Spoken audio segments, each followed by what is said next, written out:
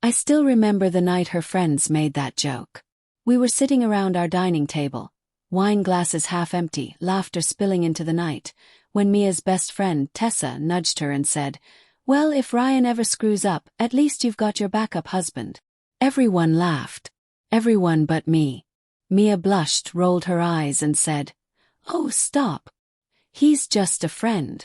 But that friend Ethan was sitting right there, at my table drinking my wine, laughing at my discomfort like he belonged. At the time I brushed it off. Or at least I tried to. You don't want to be the jealous husband. You don't want to be the insecure one. You tell yourself she loves you. You're married. She wouldn't. But sometimes, it's the laughter that hides the truth. The cracks beneath the smile.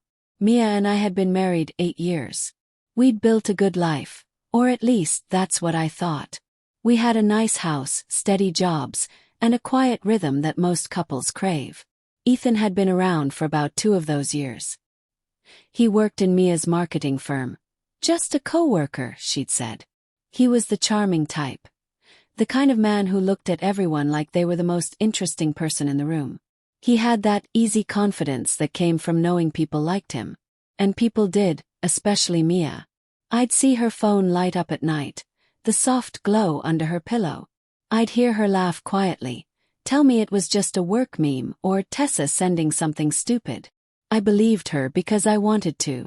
But the thing about trust, once it starts to crack, every little thing feels like a hammer. The first red flag.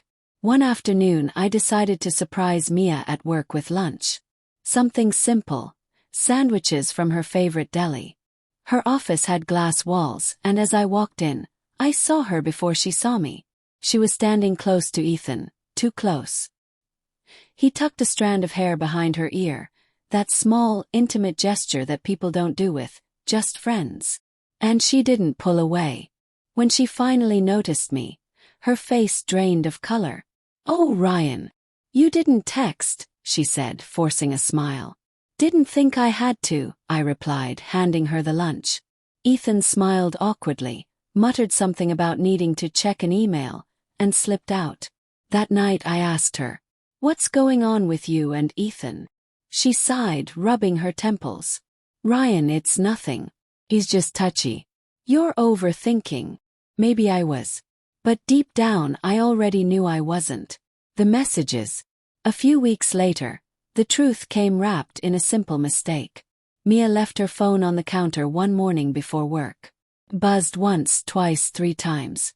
The name that appeared made my chest tighten. Ethan. I didn't plan to look.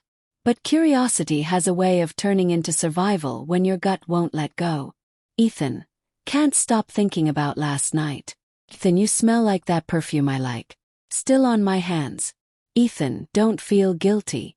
We both needed it." I felt the world tilt. The coffee in my hand turned cold, the air thickened. My wife, the woman who promised forever, was sleeping with another man. And not just any man. Her backup husband. The confrontation. That night when she came home, she found me sitting on the couch. Her phone lay open on the coffee table. She froze. "Mia," I said quietly, "want to tell me what last night was?" Her lips parted but no sound came out. Just silence, heavy and suffocating. Then the tears came. The apologies. The rehearsed lines people use when they're caught. It was a mistake. I was lonely. It didn't mean anything. I sat there listening, each word dulling into static. "You know what hurts the most," finally said. "You didn't just cheat. You let him into our home. You let him sit at our table and laugh with me, while you both knew." She collapsed into sobs, begging for forgiveness. But forgiveness doesn't come easy when love feels like poison. The slow unraveling. We didn't divorce right away. I tried, God, I tried. Marriage counseling, space, everything. I wanted to believe we could come back from it. But every time I looked at her, all I saw was him. Ethan quit his job not long after. Or maybe he was told to. I didn't care. What I did care about was how Mia still checked her phone late at night, even when she thought I was asleep. The distance between us became measurable. 2 people sharing a house but living in separate worlds. Love doesn't die all at once. It rots slowly, quietly. The turning point. One afternoon I got a message from an unknown number. Unknown. You deserve to know she's still seeing him. Attached was a photo. Grainy but clear enough. Mia and Ethan at a cafe across town. Her hand on his lips close to her ear. Something inside me snapped. Not in anger but in clarity. I realized I wasn't mourning her anymore. I was mourning myself, the man who believed in her, trusted her, built a life around her. So I did something unexpected. Called Ethan. Call. He sounded nervous when he picked up. Ryan, hey man. Listen, this isn't.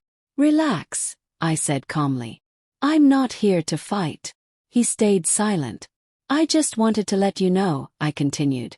You don't have to sneak around anymore. She's all yours. What? I'm done, I said. You can have her. You always wanted to be the main guy, right? Congratulations. You win. Then I hung up. It wasn't bitterness that drove me. It was liberation. I wasn't fighting to keep something that was already gone. The aftermath. When Mia came home that night, I was packing. She stood in the doorway, her voice trembling. Ryan, please. Don't do this. I already did, I said quietly, closing the suitcase. You made your choice. I'm just respecting it. She reached for me, but I stepped back. Ethan can be your husband now, I added. He's already had the job for months. Her face crumpled, the weight of reality finally sinking in. But it was too late. Some things, once broken, can never be fixed, no matter how much you want them to be. 1 year later. It's strange how healing sneaks up on you. A year after the divorce, I stood outside the same cafe where I'd seen that photo of them. They were there again, Mia and Ethan, sitting at the same table, though the spark between them seemed dimmer now. They didn't see me. And for the first time I didn't feel anger. I just felt free. Because I'd made peace with something I once feared to admit. Sometimes losing someone isn't the end of your story. It's the beginning of the one where you finally find yourself. The final thought.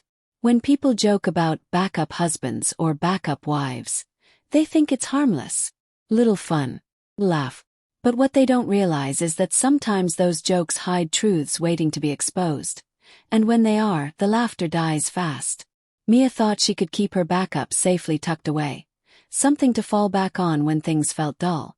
So I gave her what she wanted. I made him the main one. And walked away with my dignity intact, leaving behind the ruins of a love that was never as strong as I thought it was.